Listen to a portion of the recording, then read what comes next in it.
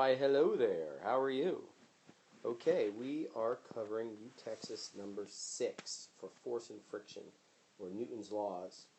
And what you'll see is this. So you have a couple numbers you need to pay attention to, right? You have this velocity here. You have a coefficient of friction of 0.99, and you have a coefficient of friction of 0.1393. And then you're told gravity. Now, it also gives you mass, but I'm going to show you how that actually is not important at all. Okay, so here we go.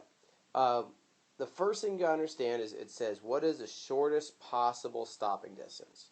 So what I'm doing is this. I'm giving you two frictions, and I'm making you guess which one to use. Do you want to use the static friction, the coefficient, or the kinetic friction? So, what are you going to choose? Well, it says shortest possible stopping distance. And if you remember what we talked about, when wheels are spinning or skidding, that's kinetic friction, and that's bad. You go a lot farther of a distance. The higher friction is always static, and if you want to stop in the shortest amount of distance, it's going to be static friction that you're going to choose.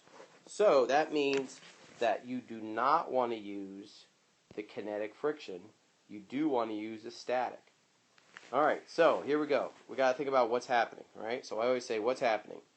Net force is equal to. And what's happening? There's only one force acting on it, and that is going to be friction. The force of friction to stop it. Alright? So you say what's happening, you list all the forces, which is only friction, and then underneath it you put the equations. Well, net force, the formula for net force is mass times acceleration.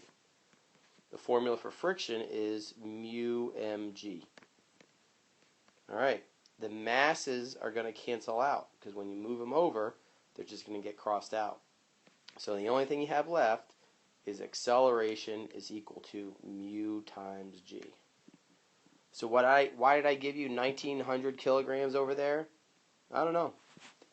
I didn't make up the problem anyways, but it is. I want you to notice that it does not matter how much something weighs. The mass always cancels out. It always has to do with just the coefficient of friction.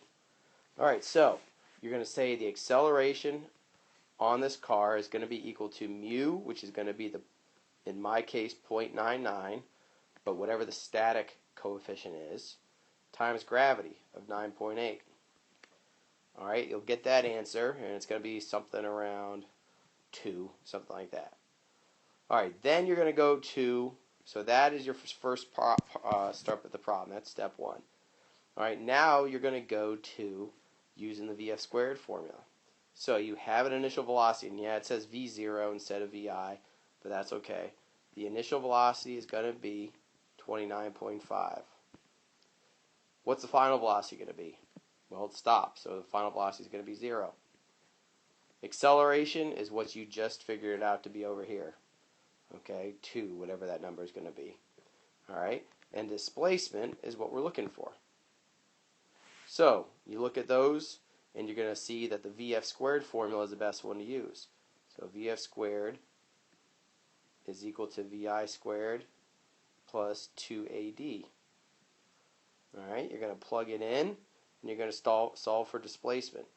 So, displacement is going to be VF squared minus VI squared divided by 2 and divided by your acceleration.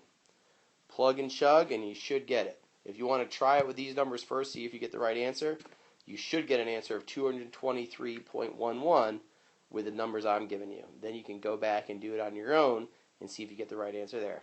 Alright, thank you.